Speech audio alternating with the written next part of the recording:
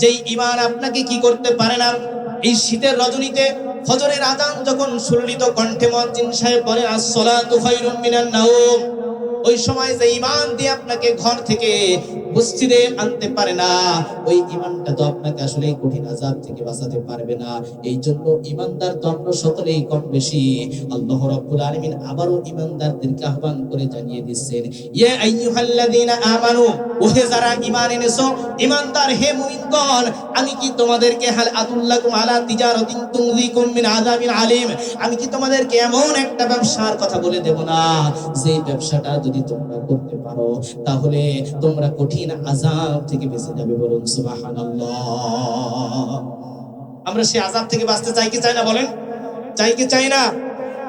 সম্মানিত হাজিরিন, তাহলে আসুন আল্লাহ রাব্বুল আলামিন এবার কোরআনুল কারীমের মধ্যে আমরা বললাম, রাব্বুল আলামিন আমরা সকলেই তোমার কাছে ক্ষমা চাই, আযাব থেকে বাঁচতে চাই। কারণ সঙ্গীতের মধ্যেও অতি সুন্দর ভাবে কথাগুলো বলা হয়েছে, ভালোবেসে যদি তুমি ক্ষমা করে দাও, আমি মুক্তি পেয়ে যাব বিচারের দিন, আমি মুক্তি পেয়ে যাব বিচারের দিন।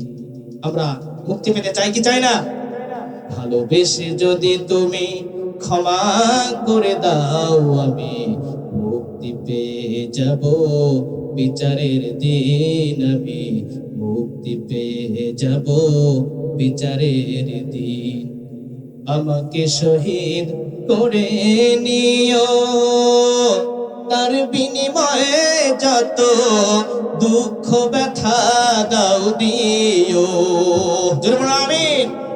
আমাকে শহীদ করে নিও, তার বিনিময়ে যত দুঃখ ব্যথা দাও দিও। কোনদিন চাইব না কোনো কিছুই যদি তোমার রাহে হয় জীবন বিলীন। ভালোবেসে যদি তুমি ক্ষমা করে দাও, আমি মুক্তি পেয়ে যাব বিচারের দিন, আমি মুক্তি পেয়ে যাব বিচারের দিন। জোরে বলুন আমিন।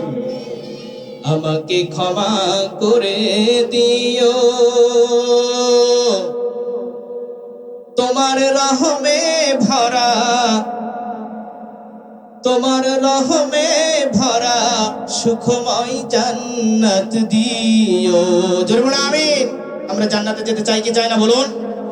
আমাকে ক্ষমা করে দিও, তোমার রহমে ভরা সুখময় জান্নাত দিও। কোনদিন চাইব না কোনো কিছুই যদি তোমার রাহে হয় জীবন বিলীন।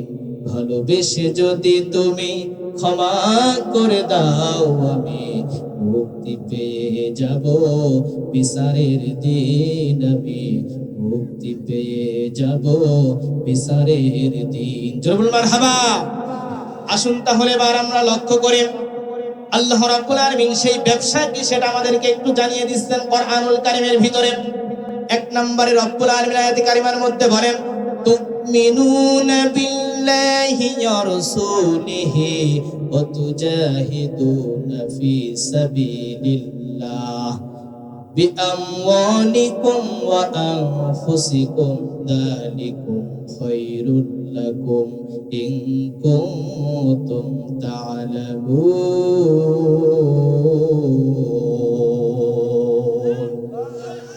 আল্লাহ রাব্বুল আলামিন জানিয়ে দিচ্ছেন, এক নাম্বার তোমরা যদি আযাব থেকে বাঁচতে চাও তাহলে তুমিনুনা, তোমরা ঈমান আনো, বিল্লাহি, কার উপর বলেন? আল্লাহর উপর, আর রাসূলিহি, এবং কার উপর? রাসূলের উপর। এরপরে ওয়া তুজাহিদুনা ফি সাবিলিল্লাহ, প্রথম দুইটা কাজ আমাদের জন্য বেশ সহজ ছিল। আল্লাহ রাব্বুল আলামিন তিন নম্বরে বললেন কত জাহিদুনা ফি সাবিলিল্লাহ, তোমরা আল্লাহর রাহে জিহাদ করো। আল্লাহু আকবার। কার কথা বলেন? আল্লাহ রাব্বুল আলামিন কোরআনুল কারীমের মধ্যে জিহাদ বিষয়টি অনেক জায়গায় দিয়েছেন। যেমন আপনার আমার ব্যাপারে নামাজ পড়া ফরজ করেছেন, হজ করা ফরজ করেছেন সমর্থনবান ব্যক্তির জন্য, রোজা রাখা ফরজ করেছেন সুস্থ ব্যক্তি সম্পন্ন মানুষের জন্য, অনুরূপ আল্লাহ রাব্বুল আলামিন আমার আপনার জন্য জিহাদকেও ফরজ করেছেন। এখন এই জিহাদের ব্যাখ্যাটা ভয়ঙ্কর আকারে আগে না দিয়ে সহজভাবে আপনাকে আমি একটু বোঝা লাগবে কি লাগবে না? সহজভাবে বুঝতে হবে জিহাদ শব্দের অর্থটা কি। জিহাদ দিয়ে যেটা বোঝাতে হচ্ছে সেটা হচ্ছে আল্লাহর জমিনে আল্লাহর দ্বীন প্রতিষ্ঠা করতে গিয়ে আপনাকে যদি সুন্দরভাবে কোরআন হাদিস থেকে মানুষদেরকে আলোচনা করে বোঝাতে হয় তাহলে সেটা করা লাগবে। যদি আপনার লেখনির মাধ্যমে ওই পুস্তকের মাধ্যমে মানুষদেরকে জাগ্রত করতে হয় তাহলে সেটা করতে হবে। যদি আপনাকে শেষ পর্যায়ে যেটা সেটা হচ্ছে জিহাদের ময়দানে গিয়েও যদি কাফের মুশরিকদের বিরুদ্ধে ইসলাম কেমনিভাবে বিজয় লাভ করাতে হয় তাহলে সেখানে গিয়ে সর্বশেষ রূপ বাস্তবায়িত করতে হবে। কথা বলেন ঠিক কিনা? তাহলে আগে সহজগুলো করেন, এরপরে কঠিনের দিকে যান। কারণ আমরা সকলে মুসলমান, আগে জিহাদের ময়দানে আমাদের যাওয়ার প্রয়োজন যখন তখন হবে না। তবে যদি কোনো সময় আলেম ওলামা, বাংলার আলেম ওলামারা বিখ্যাত যাদেরকে আমরা সম্মান করি শ্রদ্ধা করে মস্তকে রাখি, তাদেরকে তারা যদি কখনো আমাদেরকে ডাক দেয় তাদের ডাকে আমরা সাড়া দিতে রাজি আছি তো ইনশাআল্লাহ? কারা কারা রাজি আছেন তো হাত তুলে আল্লাহরে দেখিয়ে দেন। লিল্লাহে তাকবীর, লিল্লাহে তাকবীর। রব্বুল আলামিন আজকে যে হাতগুলো উঠেছে তুমি কোরআনের জন্য ইসলামের পক্ষে আমাদের এই হাতগুলো কবুল করে নাও। সকলে বলুন আল্লাহুম্মা আমিন। সম্মানিত হাজিরিন, তাহলে আসুন সাধারণভাবে জিহাদ সম্পর্কে আমাদেরকে একটু বুঝতে হবে। আবার যদি একটু কঠিন ভাবে বুঝতে চাই সেগুলো আমাদেরকে মেনে নেওয়া লাগবে কি লাগবে না? আমি আপনাদেরকে একটু ছোট্ট ঘটনা শোনাতে চাই। সেই সময়ের একজন পূর্বের ইতিহাসের একজন মা ছিলেন যার নামটা একটু পরে বলি। তার 4 জন সন্তান ছিল। কয়জন সন্তান বলেন? 4 জন সন্তান তার ছিল। এমনি ভাবে কাদিসিয়ার যুদ্ধ যখন সংগঠিত হবে তার পূর্বে তিনি তার সন্তানদেরকে উদ্বুদ্ধ করেছেন, এমনি ভাবে তাদেরকে জাগিয়ে তুলছেন। কিভাবে জাগানো যায়? তাদেরকে বলছে, হে আমার সন্তানেরা, তোমরা অবশ্যই অবগত আছো কাদিসিয়া নামক স্থানে যে যুদ্ধ সংগঠিত হবে। আমি চাই তোমরা কাপুরুষের মতো ঘরে বসে না থেকে তোমরা বীর পুরুষের মতো যেমনি ভাবে তোমরা স্বেচ্ছায় ইসলাম গ্রহণ করেছো, নিজ ইচ্ছায় হিজরত করেছো, অনুরূপ ভাবে তোমরা আল্লাহর জন্য, আল্লাহর দ্বীন আল্লাহর জন্য প্রতিষ্ঠিত হোক, ইসলাম বিজয় লাভ করো, এই উদ্দেশ্যে তোমরা কাদিসিয়া নামক এই স্থানে ইসলামের পক্ষে কাফেরদের বিরুদ্ধে যুদ্ধ করো। বলো আল্লাহু আকবার। মা উদ্বুদ্ধ করেছে, আমি একজন পবিত্র রমণী, আমার একই গর্ভ থেকে যেমন তোমরা 4 জন সন্তান দুনিয়াতে ভূমিষ্ঠ হয়েছো, অনুরূপ ভাবে একই পিতার সন্তান তোমরা।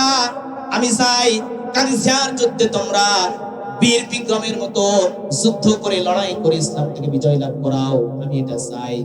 সন্তানেরা রাজি হয়ে গেল। বলে, মা ঠিক আছে, আপনি বোঝাতে চাচ্ছেন সেটা আমরা বুঝতে পেরেছি।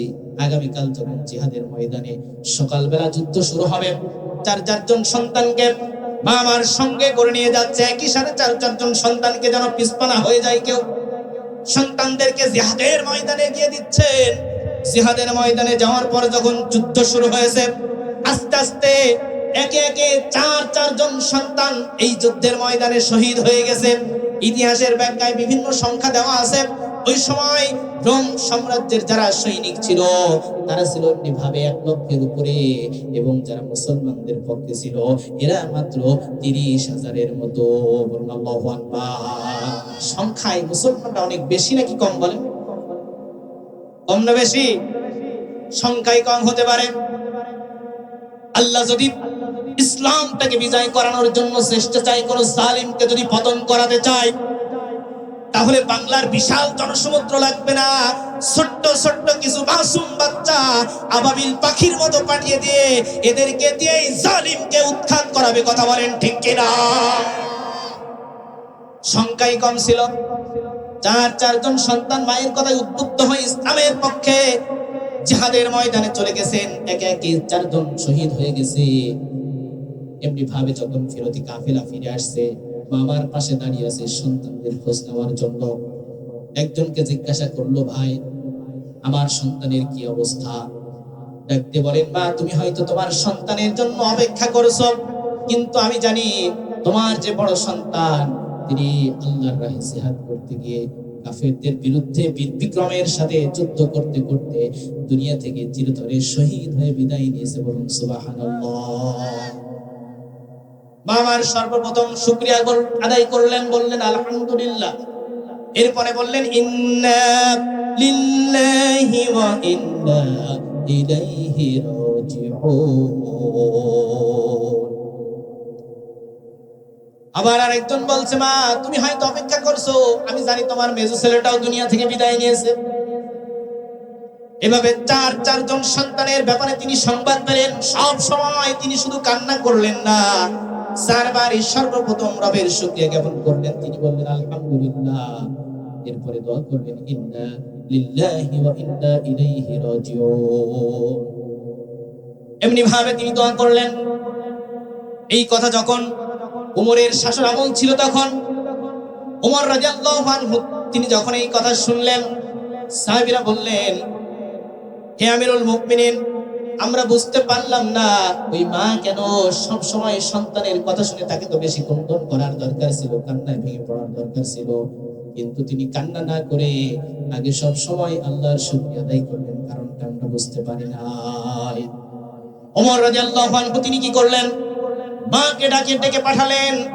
রাজ দরবারে হাজির হলো মাকে প্রশ্ন করা হলো হে মা তুমি কেন তোমার সন্তানদের মৃত্যুর সংবাদ শোনার পরেও শহীদ হয়েছে এই সংবাদ শোনার পরেও তুমি কেন ভেঙে পড়ো নাই তুমি কেন অবিচল ছিলে তুমি কেন আল্লাহর শুকরিয়া সর্বপ্রথম আদায় করলে মামার ডাক দিয়ে বলেন হে আমিরুল মুমিনিন আমিরুল মুসলিমিন আমি জানি আমি একজন মা কাল কিয়ামতের ময়দানে রব্বুল আলামিন যখন আমাকে ডাক দিবে আহ্বান করবে আমি যদি এমনি ভাবে আযাবের মধ্যে পাকড়াও হয়ে যায় এরপরেও রব্বুল আলামিনের কাছে আমি জবাব দিতে পারবো রব্বুল আলামিন দুনিয়াতে আমি তেমন কোনো কিছু করতে পারি নাই কিন্তু আমার চারজন কলিজার টুকরা সন্তান ছিল চারজন সন্তানকে আমি জিহাদের ময়দানে দিয়ে এসেছি আমি পিছপা হয় নাই আমি কবি খানসা কাল কিয়ামতের ময়দানে আল্লাহর কাছে দাবি করব রব্বুল আলামিন আমার যতটুকু ছিল আমি তেমন ভালো কোনো কাজ হয়তো করতে পারি নাই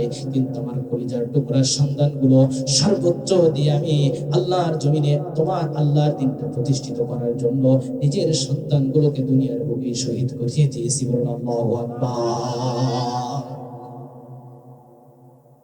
এটা হচ্ছে জিহাদের সর্বোচ্চ আজকে যদি আপনি সমাজের দিকে লক্ষ্য করেন এমন একটা সময় ছিল কিছু মানুষ বলতো তোকে শিবির বলে ধরিয়ে দেবো এরকম সবাই কেসে কে যায় না বলেন তুই জামাত করিস তোকে ধরিয়ে দেবো এই করিস সেই করিস বিভিন্ন হুমকির মুখে থেকে আপনি বাড়িতে ঘুমাতে পারেন নাই কিন্তু আল্লাহ রাব্বুল আলামিন এমনি ভাবে এমন একটা সময় ঘুরিয়ে দিয়েছে আসলে সব কিছুর মালিক হচ্ছেন আমার আল্লাহ রাব্বুল আলামিন এটা আপনাকে আমাকে বুঝতে হবে যদি আমি এটা এখনো না বুঝতে পারি তাহলে আমার আপনার মতো কপাল পোড়া হতভাগা আল্লাহর জমিনে দ্বিতীয় আর এক পিস না